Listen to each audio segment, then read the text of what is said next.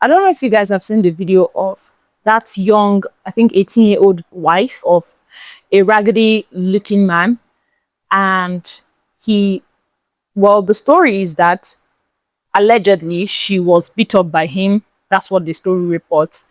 And then she got to the hospital, inquiries were made, and so the involved, I think, a man called Harrison or so, and trying to get the man arrested, and she was begging and everything. And she said she doesn't know anybody, I think in Lagos, that she's coming from Iboyi State. She doesn't know anybody. They should just allow them to go and all of that. And you know what annoyed me about that video? That man looked so confident. He looks like if they had, or if they should leave them to go back home. Ha ha. Ha ha ha ha ha. Ha ha ha. It is going to be very, I don't know what is it. It's going to be very mongrous. Mongrous for her. And that is what scared me about that video.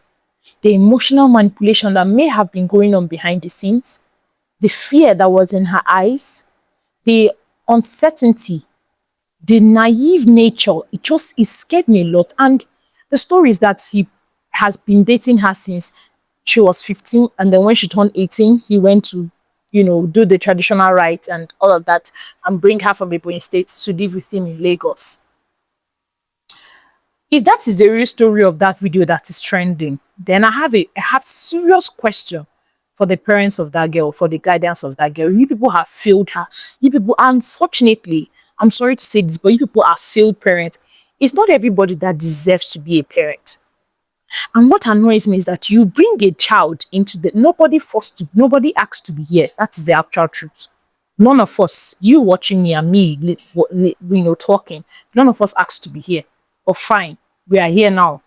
Unless you want to, go back with your own hands, that's cool. But if you do not want to, you are here now. So what do you have to do? Your race starts the minute you are born into this world. They have started running your race, right?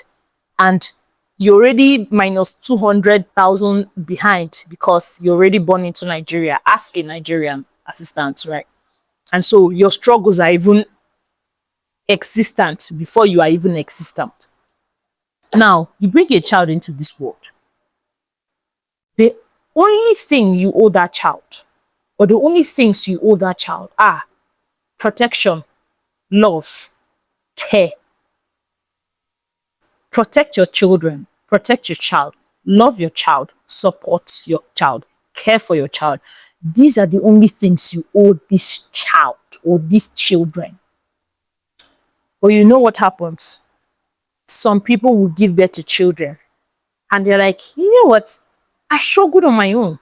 I made it out on my own. And this one, that one. So go and do. Did that child ask to be born?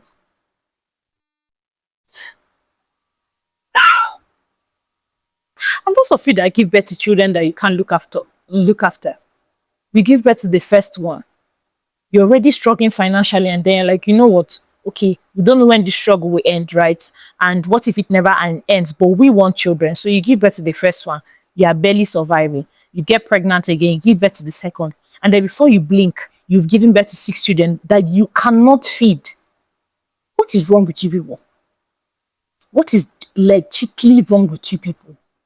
Are you people even thinking of yourselves at all? Are you thinking of, no, you are thinking of yourselves, but you're not thinking of these children that you're bringing into this world to suffer. People that are, in the middle part finances of Nigeria are struggling.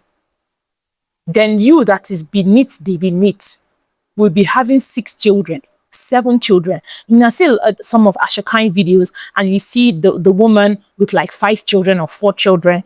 And she'll say she has been selling corn since she got married, or her husband is like working, in a local mechanic shop, or is doing some menial work that is not bringing much, and they are struggling. And you did not stop at the first child. I would understand if you already had the children and things went, the life is very unpredictable. I would understand if you already had the children and life being unpredictable just acted out.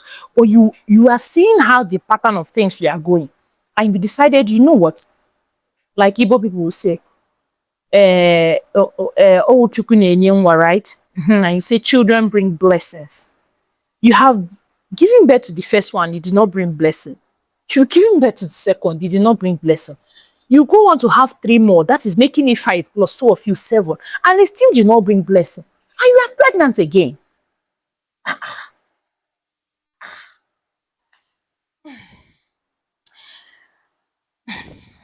There are things that are just, there are things that are really, there are things that pass me. There are things that are above me. I would never understand it. Or you see the ones that say, oh, they could barely pay their hospital bill for their first child, and you are on your 4th pregnancy.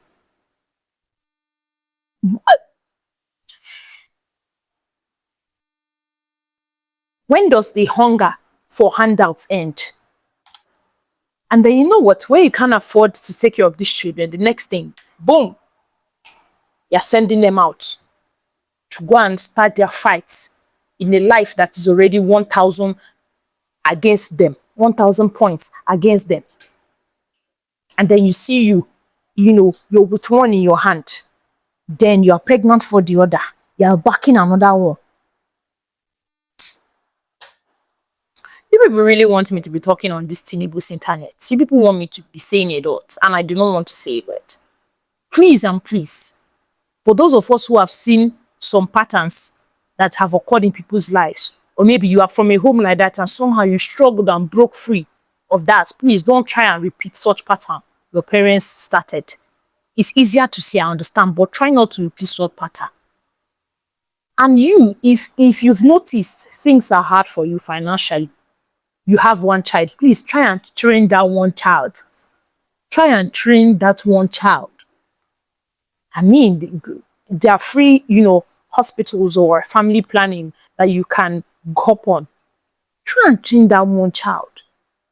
Don't believe that the more you have, the more blessings will come.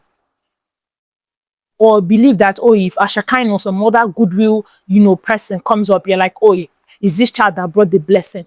Please and please, please and please, stop having children that you can't cater for. You can cater for only 2, have 2 and rest. If you can cater for only 1, have that 1 and rest. Stop having 6 children, 7 children, 8 children. What are you doing? You're selling corn to send them to school. Then when they return from school, those children don't even have childhood experiences. They rush quickly, especially the firstborns of such homes. They carry a lot of trauma and a lot of baggage. They rush into adulthood at 6 years old.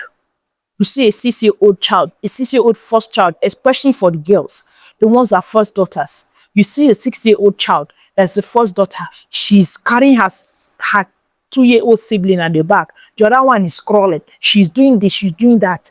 And then when they ask you who is the mother, you say, that's what she's supposed to do. She's allowed that child to be a child. Allow that child to go. Allow that child to have childhood experiences. Don't let them skip out on their developmental years just because you, as a parent, cannot perform your responsibility. You cannot carry your responsibility. You cannot perform your duty as a parent. Oh, that's what she's supposed to do. That's how, that's what, you know, she's supposed to do. That's what she's supposed to do. She's the first child. Oh, and that's why they give birth to her first. She's yet to set the path. Moses that divided the Red Sea. She's here to set the path. And then you as a parent are here to do what again? Remind me. Keep having more. Right? You people make me to talk too much, but I don't want to talk too much. This is meant to be a short episode. Anyway, this one really triggered me. And I hope it triggers you too. So if you see anybody that is going on that path, please tell them this path you are going is not a good path. Stop bringing children into this world that you can't cater for. Life is hard enough for those who are adults. Don't make it harder for children. I beg of you. Anyway, I'll see you guys later. Don't forget to tell a friend, tell their uncles, brothers, sisters, friend. This is Nana and I talk. I'll see you guys later. Bye bye.